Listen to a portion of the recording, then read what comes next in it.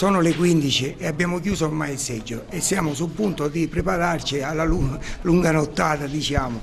Stiamo preparando le schede che dobbiamo ritornare al comune, quelle vidimate e quelle non vidimate, che loro raccoglieranno fra qualche minuto. Ore 15, seggi chiusi. Iniziano dunque le operazioni di scrutinio per queste amministrative 2012. Nella maggior parte dei casi tutto si è svolto nel migliore dei modi, tranne qualche piccolo problema dovuto a bigliettini nascosti o tentativi di riprendere il voto con il telefono cellulare. Affluenza minore rispetto alle precedenti amministrative. Si è votato di più nella giornata di ieri, forse perché è festiva. Oggi il numero dei votanti è calato. Cosa di più del 50%? Non c'è stato un grande affuso, ieri di più, oggi un pochettino di meno.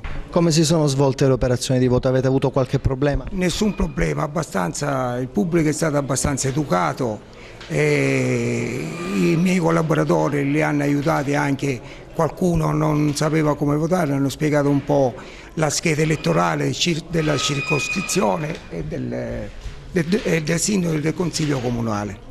Sono state abbastanza tranquille, un clima abbastanza sereno, contrariamente alle aspettative. L'affluenza è stata costante ma non incisiva, non particolarmente numerosa. Si spera in una collaborazione da parte dei componenti del seggio sempre proficua. Lo spirito è quello di collaborazione reciproca per ottenere un risultato, uno scrutinio sereno. E all'uscita dei seggi, a qualche minuto dalla chiusura, tra gli elettori le speranze di miglioramenti per Palermo sono davvero scarse. Ma Palermo ha bisogno di tantissime cose, perché proprio Palermo è completamente a terra. Secondo me ci vorrebbe una persona proprio in grado di poter rimettere Palermo in piedi.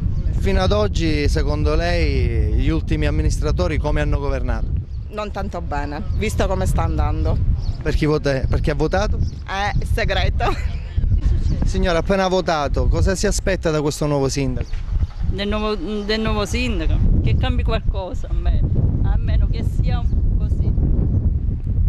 Penso niente, presumo che salirà la persona sbagliata come sempre, che la gente è qui ancora con i paraocchi, ha paura di cambiare, quindi il mio voto non servirà a nulla, ne sono sicura.